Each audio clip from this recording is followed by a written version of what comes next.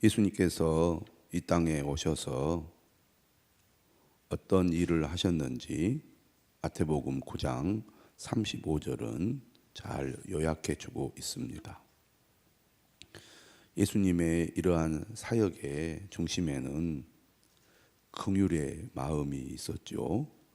무리를 보시고 불쌍히 여기시니 이는 그들이 목자 없는 양과 같이 고생하며 기진함이라. 이렇게 말씀하시면서 제자들에게 추수할 것은 많되 일꾼이 적으니 그러므로 추수하는 주인에게 청하여 추수할 일꾼들을 보내주소서 하라. 이렇게 말씀하셨습니다. 추수하는 주인은 하나님이시죠. 누가 추수할 일꾼들입니까? 예수님의 제자들입니다. 오늘 본문은 예수님께서 추수할 일꾼들을 보내주소서 하라 제자들에게 말씀하신 다음에 오늘 12명의 제자를 부르십니다. 예수님의 사역은 제자를 부르시는 것으로 시작해서 제자에게 제자를 세우라는 명령을 하심으로 끝을 맺죠. 그만큼 마태복음에서 제자는 매우 중요한 위치를 차지하고 있습니다. 제자란 어떤 사람입니까? 오늘 본문을 통해서 확인할 수 있는 중요한 사실은 제자란 예수님을 닮는 사람입니다. 예수님의 제자가 된다는 것은 예수님을 닮아가는 것이고 예수님을 닮는 제자가 예수님께서 이 땅에 와서 하고자 하는 모든 일들을 그 제자들이 따라하는 것이라고 하겠습니다. 오늘 추수하는 일꾼으로 12제자를 부르십니다. 곧 예수 그리스도를 믿는 모든 그리스도인들과 그 공동체를 향하여 추수하는 일꾼으로서의 사명을 감당하기를 원하시죠. 12라는 숫자는 매우 의미가 있습니다. 우리가 잘 알다시피 구약의 12지파를 가리키는 거죠. 예수님의 12제자는 곧 이스라엘 공동체, 영적인 이스라엘 공동체를 의미한다고 하겠습니다. 제자를 12명 부르시고 그들에게 무엇을 주셨습니까? 더러운 귀신을 쫓아내며 모든 병과 모든 약한 것을 고치는 권능을 주시니라. 예수님이 이 땅에 와서 하신 일을 제자들도 하도록 그에게 능력을 주셨다는 것입니다. 우리가 하는 모든 일은 내 힘으로 하는 것이 아니죠. 주님이 주시는 권능을 가지고 주의 일을 하는 겁니다. 그러므로 우리가 주님의 일을 감당하려면 주님이 주시는 권능을 우리가 받아서 사용해야 되겠죠. 12사도의 이름이 소개가 됩니다. 베드로라 하는 시몬을 비롯하여 그의 형제 안드레와 세베대의 아들 야고보와 그의 형제 요한, 빌립과 바돌로메, 도마와 세리마테, 알페오의 아들 야고보와 다데오, 가나나인 시몬. 가나나인이라는 것은 아람어인데요, 열심당이라는 뜻을 가지고 있습니다. 그리고 가룟 유다 곧 예수를 판 자라. 예수를 판 가룟 유다는 그가 예수를 판 것이 마지막에 파는 거잖아요. 그런데 12제자를 소개할 때부터 그가 나중에 예수님을 판 사실을 미리 언급을 하고 있습니다.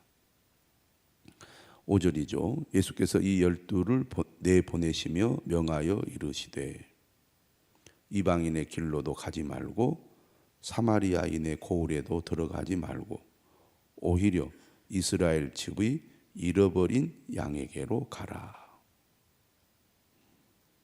예수님께서 12제자를 부르시고 파송을 하십니다. 그가 예수님을 닮아서 예수님께서 이 땅에서 하셨던 사역들을 앞으로 제자들이 감당하도록 하기 위하여 훈련을 시키시는 것입니다. 훈련 없이 사역을 제대로 감당할 수가 없죠. 오늘 우리도 추수하는 일꾼으로서의 사명을 감당하려면 반드시 훈련이 필요합니다. 오늘 예수님께서 제자들을 보내면서 명령을 하시는데 이스라엘 집의 어린 양에게로 가라 이렇게 명령하십니다.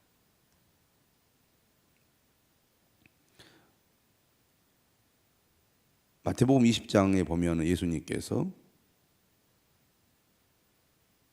땅끝까지 이르러 내 증인이 되라고 말씀을 하지 않습니까?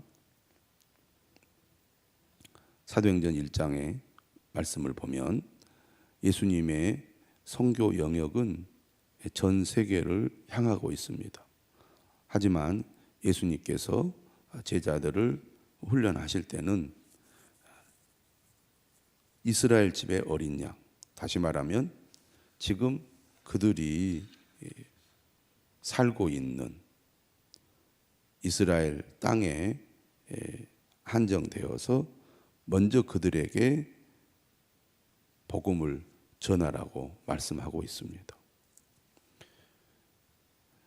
7절입니다. 가면서 전파하여 말하되 천국이 가까이 왔다 하고 병든 자를 고치며 죽은 자를 살리며 나병한 자를 깨끗하게 하며 귀신을 쫓아내되 너희가 거저 받았으니 거저 주라. 지금 제자들에게 명령한 말씀은 예수님께서 9장 35절에서 하셨던 그 사역들입니다. 그러니까 예수님이 어떻게 하시는지를 제자들은 눈으로 보았고 또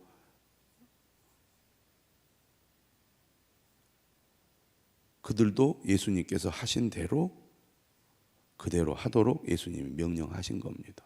그러니까 보고 배워서 실습을 하는 거죠.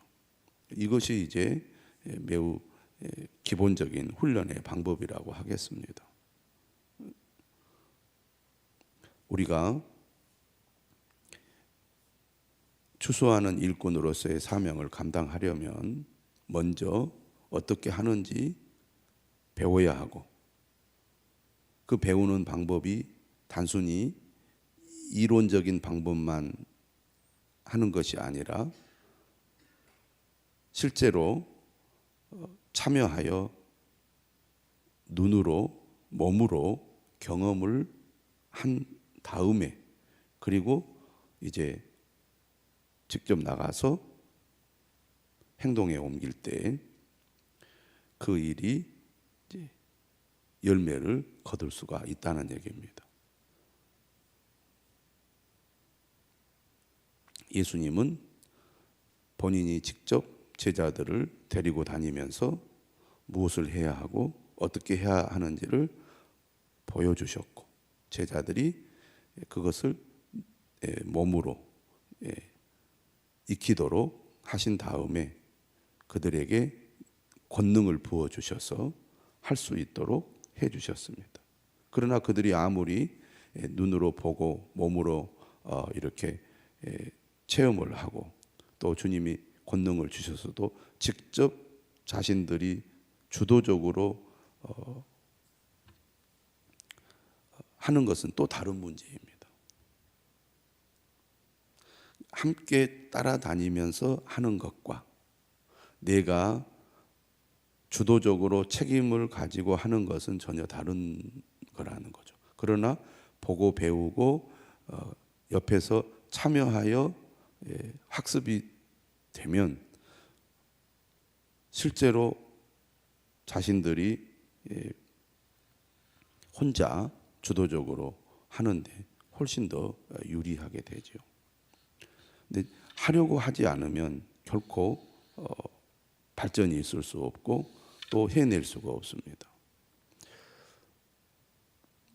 여기에는 믿음이 필요하고 주님을 의지하는 이 마음이 필요하다고 하겠죠.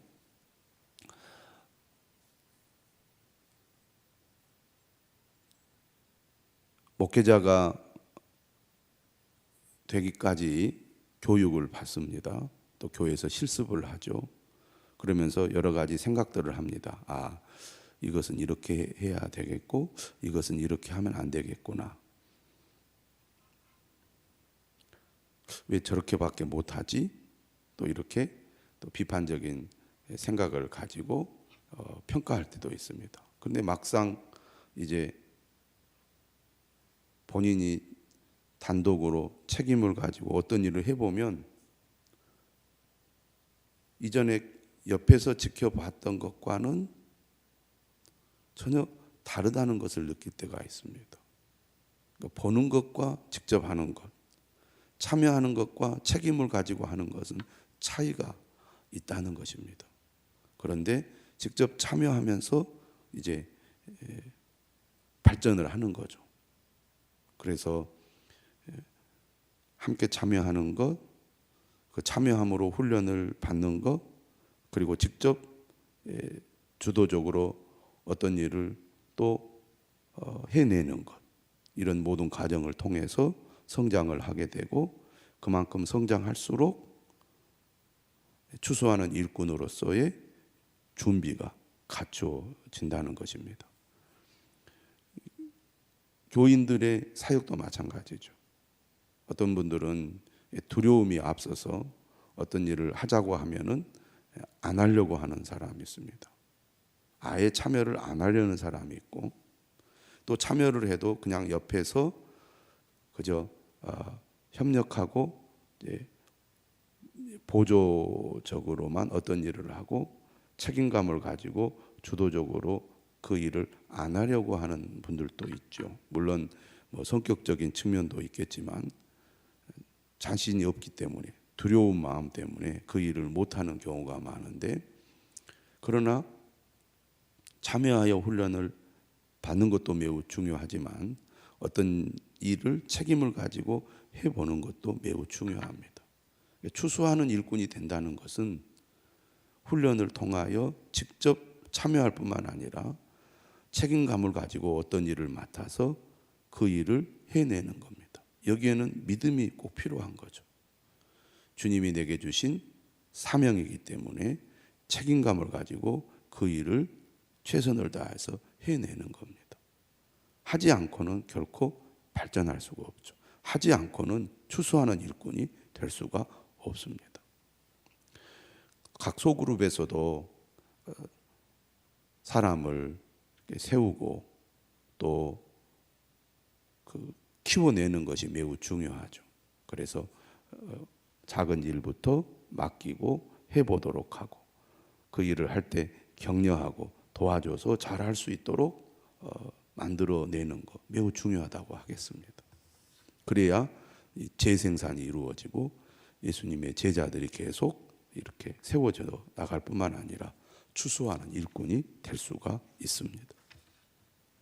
예수님은 오늘 이처럼 제자들을 훈련하는 일, 실제 현장의 훈련을 시키는 것을 중요하게 여기신 거죠. 제자들을 파송했다는 것은 예수님은 뒤로 물러나 있고 제자들이 직접 자신들이 예수님이 하는 것을 보고 그대로 해보는 거잖아요. 그런데 오늘 9절에 이렇게 얘기합니다. 너희 전대에 금이나 은이나 동을 가지지 말고 여행을 위하여 배낭이나 두벌 옷이나 신이나 지팡이를 가지지 말라. 이는 일꾼이 자기의 먹을 것 받는 것이 마땅함이라. 무엇을 의미합니까? 주님을 철저히 의지하라는 거죠. 준비할 때 뭘 준비할 것인가? 예수님은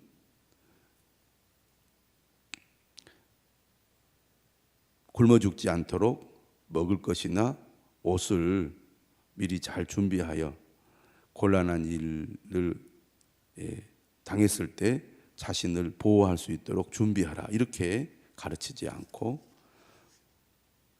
추수하는 일꾼의 사명을 감당하기 위하여 철저히 주님만을 의지하는 법을 배우라는 것입니다. 그러니까 훈련을 통하여 주님을 경험하라는 거죠. 공급해 주시고 보호해 주시는 주님을 경험하는 것이 모든 것을 철저하게 준비하는 것보다 훨씬 더 중요하다는 얘기입니다. 그러니까 훈련에서 중요한 것은 주님을 경험하는 것이라는 거죠. 11절입니다. 어떤 성이나 마을에 들어가든지 그 중에 합당한 자를 찾아내어 너희가 떠나기까지 거기서 머물라. 이제 우리가 복음을 전할 때 어떻게 복음을 전해야 될까라고 할 때 배척하거나 무관심하거나 또 심하게 거부하는 사람에게 힘을 쏟아서 에너지가 소진되지 않도록 하라는 것입니다. 다시 말하면 긍정적이고 호의적인 사람을 찾아서 그 사람을 통하여 복음이 이제 확산이 되도록 하라는 얘기죠. 우리가 전도를 하다 보면 어떤 사람들은 호의적이고 관심을 보이는 사람이 있는가 하면 어떤 사람은 무관심하거나 또 매우 부정적으로 거부하는 사람이 있습니다. 물론 가족일 경우에는 우리가 포기할 수 없지만 우리가 모르는 우리의 이웃들 주변 사람들에게 복음을 전할 때 우리가 다가가서 신앙과 관련된 이야기를 나누다 보면 어떤 사람은 관심을 보이는 사람이 있고 어떤 사람은 거부하는 사람이 있다는 얘기죠. 그런데 우리가 어떤 사람에게 더 힘을 쏟아야 되느냐, 관심을 가지고 호의를 보내는 사람에게 더 집중을 해야 된다는 얘기죠. 특히 이제 이러한 상황 속에서 제자들이 훈련할 때는 잘 도와주는 사람을 통해서 그 지역의 복음을 전해야 모든 것이 순조롭게 된다는 얘기입니다. 그래서 12절에 이렇게 얘기하죠. 또 그 집에 들어가면서 평안하기를 빌라. 그 집이 이에 합당하면 너희 빈 평안이 거기 임할 것이요. 예수님께서 어떤 권능을 주셨습니까? 주님의 일을 대신하는 고난을 주셨기 때문에 그가 빈 평안이 그대로 임하여 그 집이 평안하게 될 거라는 거죠. 우리가 추수하는 일꾼으로서의 부르심을 받아서 그 사명을 감당할 때 주님이 추수하는 일꾼과 함께 하시고 그 입에 권세를 주셔서 그가 전하는 말이 그대로 이루어지게 한다는 얘기죠. 만일 합당하지 아니하면 그 평안이 너희에게 돌아올 것이니라. 누구든지 너희를 영접하지도 아니하고 너희 말을 듣지도 아니하거든 그 집이나 성에서 나가 너희 발에 먼지를 떨어버리라.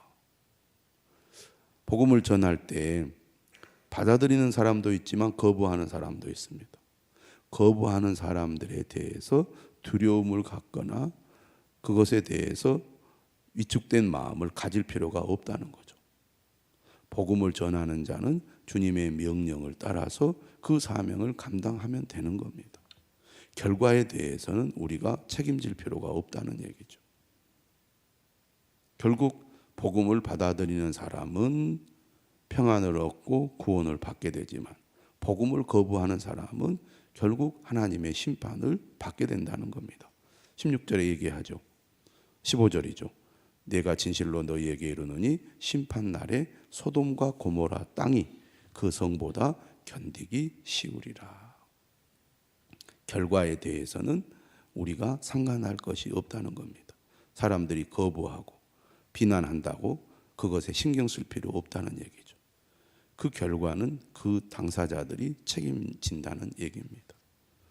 오늘 예수님께서는 추수하는 일꾼으로 제자들을 부르셨습니다.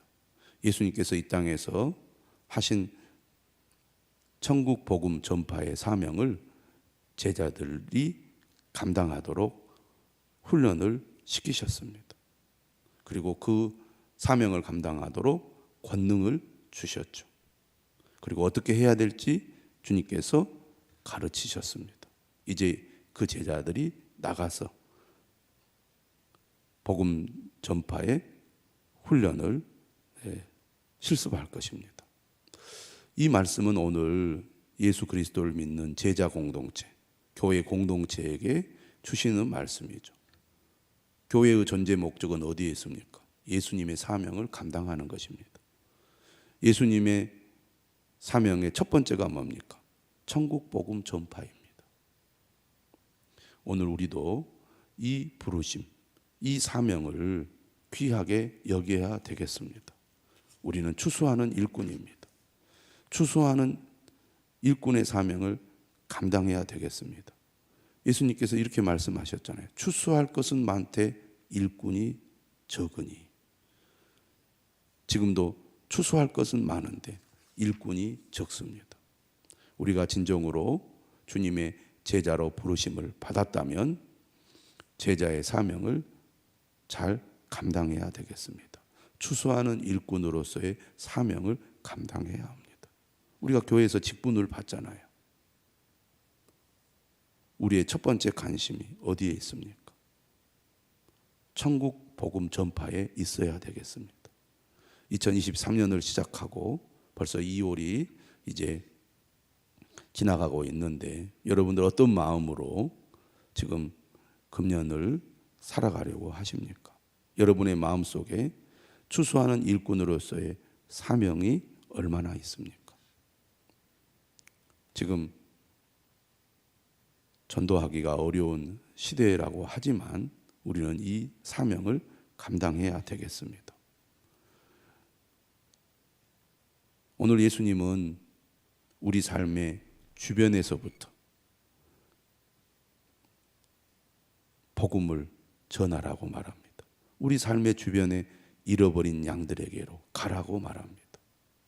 저는 우리 모든 성도들이 이 주님의 명령을 순종해야 된다고 믿습니다.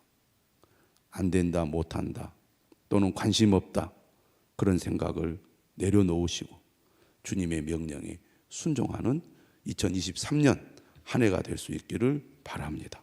모든 성도들이 내 주변에 있는 사람들 가운데 주님께로 인도할 사람이 꼭 있게 되기를 주님의 이름으로 축원합니다.